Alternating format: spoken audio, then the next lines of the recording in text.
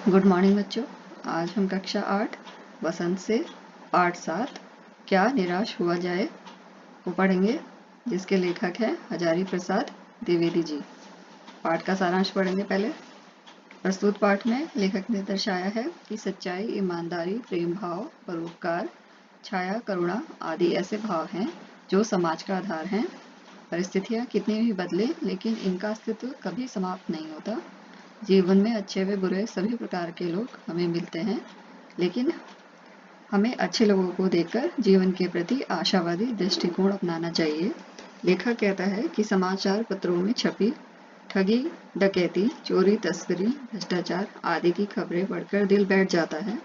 हर व्यक्ति दोषी दिखाई देता है, यह चिंताजनक है। लेकिन लेखक को लगता है कि भारत की मनीषियों की भूमि है। आर्य, द्रविड़, हिंदू, मुसलमान, यूरोपीय और भारतीय आदर्शों की मिलन भूमि मानव महासमुद्र कभी सूख नहीं सकता। यद्यपि भारत जैसे देश के लिए नैतिकता का ह्रास एक विचारणीय विषय है। निर्दोष पिस रहे हैं, भ्रष्ट लोग फल फूल रहे हैं, पूरे समाज पर इसका बुरा प्रभाव पड़ रहा है। भारतीय संस्कृति में भौतिकता के परे सत्य, न्याय, अहिंसा, सद्भाव जैसे मानवीय संवेदनाओं का महत्व रहा है। लोभ, मोह, काम, क्रोध जैसे भावों को भारतीय संस्कृति में प्रधानता नहीं दी गई है। आज भौतिक विकास की दौड़ में संस्कृति का ह्रास होने से लोग सब कुछ भूलकर अपना स्वार्थ साधने में लगे हैं। हमारी संस्कृति में कानून को धर्म माना जाता है, परंतु आज अचानक धर्म और कानून में अंतर कर दिया गया है। धर्म को धोखा नहीं दिया जा सकता, कानून को धोखा दिया जा सकता है। धर्म नैतिकता का आधार है। आज धर्मभीरू लोग भी कानून की त्रुटियों से निसंकोच लाभ उठा रहे हैं, लेकिन फिर भी समाज में ऐसे लोग बहुत हैं जो भ्रष्टाचार के प्रति आक्रोशित हैं। यानी हम आज भी गलत तरीके से धन या मान का संग्रह करना गलत समझते हैं। लेखक कहते हैं कि किसी की बुराई को उजागर करके उसमें रस लेना बुरी बात है। इससे भी बुरा है किसी की अच्छाई को जानते हुए भी उजागर ना करना। समाज में अच्छे लोग आज भी मौजूद हैं, जैसे कि लेखक ने अपना एक अनुभव साझा किया है कि किस प्रकार टिकट बाबू ने उनके 90 रुपये ईमानदारी से वापस कर दिए थे। एक और दूसरी घटना का भी जिक्र किया है, जिसके अनुसार एक बार जब लेखक परिवार सहित रात में बस से कहीं जा रहे थे, तो बस एक सुनसान जगह पर अचानक खराब हो गई। लोगों ने ड्राइवर और कंडक्टर को गलत समझा और ड्राइवर को मारने तक को उतारू हो गए। तभी कंडक्टर दूसरी बस लेकर आया। इतना ही नहीं, वह लेखक के भूख से रोते बच्चे के लिए पानी और दूध भी लेकर आया। यह देखकर लोगों को अपनी गलती का एहसास हुआ और उन्होंने उन दोनों से माफ़ी मांगी। इन्हीं अच्छी घटनाओं को याद करते हुए लेखक का मन यह मानने को तैयार नहीं कि मानवता समाप्त हो गई है। यद्यपि धोखाधड़ी, ठगी आदि बुराइयां बढ़ रही हैं, लेकिन केवल उन पर ध्यान देने से जीवन कठिन हो जाएगा। अतः लेखक ईश्वर से कष्ट सहकर भी संदेह न करने की शक्ति मांगते हैं। वे निराश नहीं होना चाहते। अब हम शब्दार्थ पढ़ेंगे। पहला शब्द है आरोप लगाना। आरोप लगाना का अर्थ है दोषारोपण करना। दूसरा शब्द अतीत। अतीत का अर्थ है बीता हुआ समय। गह्वर। गह्वर का अर्थ है गड्ढा। मनीषी, ज्ञानी व्यक्ति। जीविका, रोजी रोटी का साधन। निरी, इच्छा एवं तृष्णा रहित बेबस। परेब। परेब का अर्थ है छल। भीरु, डरपोक। आस्था, विश्वास। संयम, नियंत्रण। उपेक्षा, तिरस्कार। सुचारू, आकर्षक। त्रुटि, गलती। संकोच, लज्जा। प्रमाण, सबूत। गरिमा, महिमा। अवंचित, अनचाहा। वचना, धोखा। कातर, भयभीत। व्याकुल, परेशान, विश्वासघात। धोखा। विधियां। विधियां का अर्थ है तरीके। हम प्रश्न उत्तर पढ़ेंगे। प्रश्न नंबर 1। लेखक ने स्वीकार किया है कि लोगों ने उन्हें भी धोखा दिया है, फिर भी वह निराश नहीं है। आपके विचार से इस बात का क्या कारण हो सकता है? उत्तर, लेखक को लोगों ने धोखा दिया है, फिर भी वह निराश नहीं है। इसके निम्नलिखित कारण हो सकते हैं। नंबर 1, लेखक केवल उन्हीं बातों का हिसाब नहीं रखता है जिनमें उसने धोखा खाया है।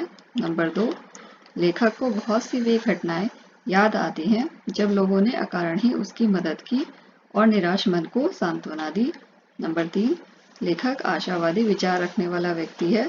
नंबर 4, लेखक के साथ कम ही विश्वासघात हुआ है। नंबर 5, लेखक अन्य व्यक्ति के दोषों के साथ साथ उसकी अच्छाइयों को देखकर उन अच्छाइयों को भी उजागर करता है। प्रश्न 2, दोषों का पर्दाफाश करना कब बुरा रूप ले सकता है? उत्तर, दोषों का पर्दाफाश करना तब बुरा रूप ले सकता है जब हम किसी के आचरण के गलत पक्ष को उद्घाटित करके उसमें रस लेते हैं।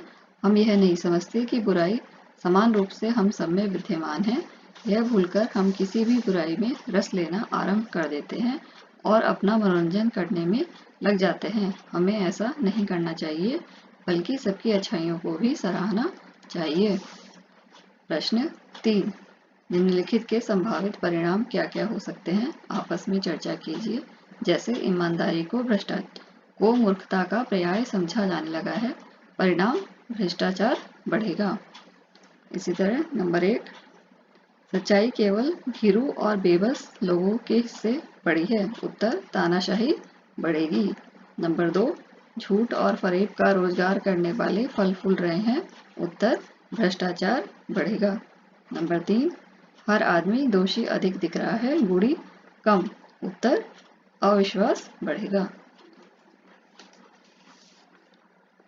प्रश्न 4, लेखक ने लेख का शीर्षक क्या निराश हुआ जाए क्यों रखा होगा? क्या आप इससे बेहतर शीर्षक सुझा सकते हैं? उत्तर, लेखक ने इस लेख का शीर्षक क्या निराश हुआ जाए उचित रखा है क्योंकि वह उस सत्य को दर्शाता है जो हम अपने आसपास घटते देखते रहते हैं।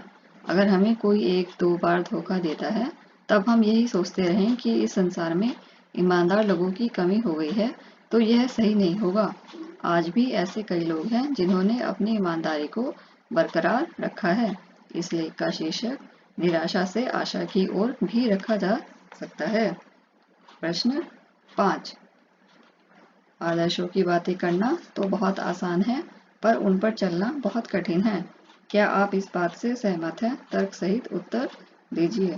उत्तर, आदर्शों की बातें करना तो सब लोगों के लिए बहुत आसान है, पर उन पर चलना बहुत कठिन है।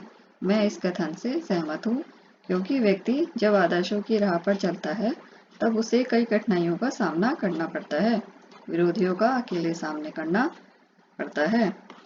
प्रश्न 6, यदि क्या निराश हुआ जाए के बाद कोई विराम चिन्ह लगाने के लिए कहा जाए तो आप दिए गए चिन्हों में से कौन सा चिन्ह लगाएंगे? अपने चुनाव का कारण भी बताइए। उत्तर, क्या निराश हुआ जाए के बाद कोई विराम चिन्ह लगाने के लिए कहा जाए तो मैं प्रश्नवाचक चिन्ह लगाऊंगा। इसका कारण यह है कि इस शीर्षक से लेखक की जिज्ञासा की भावना का पता चलता है। ऐसा लगता है कि लेखक प्रश्नवाचक शैली में प्रश्न पूछकर पाठकों से जवाब की अपेक्षा करता है, भले ही पाठक अपना जवाब हाँ में या नहीं में दे। प्रश्न 7, हमारे महान मनीषियों के सपनों का भारत है और रहेगा। आपके विचार से हमारे महान विद्वानों ने किस तरह के भारत के सपने देखे थे? लिखिए। उत्तर, मेरे विचार में हमारे महान विद्वानों ने भारत के लिए सपना देखा था कि भारत में कोई गरीब, दुखी, निरक्षर न रहे। सभी स्वस्थ हों, देश भ्रष्टाचार, हिंसा, आतंकवाद, घृणा, चोरी, लूट खसोट आदि से मुक्त हो, लोगों के बीच समरसता हो, सभी प्रसन्न हो। बच्चों, आप इस पाठ के शब्दार्थ और प्रश्न उत्तर याद कर लेंगे।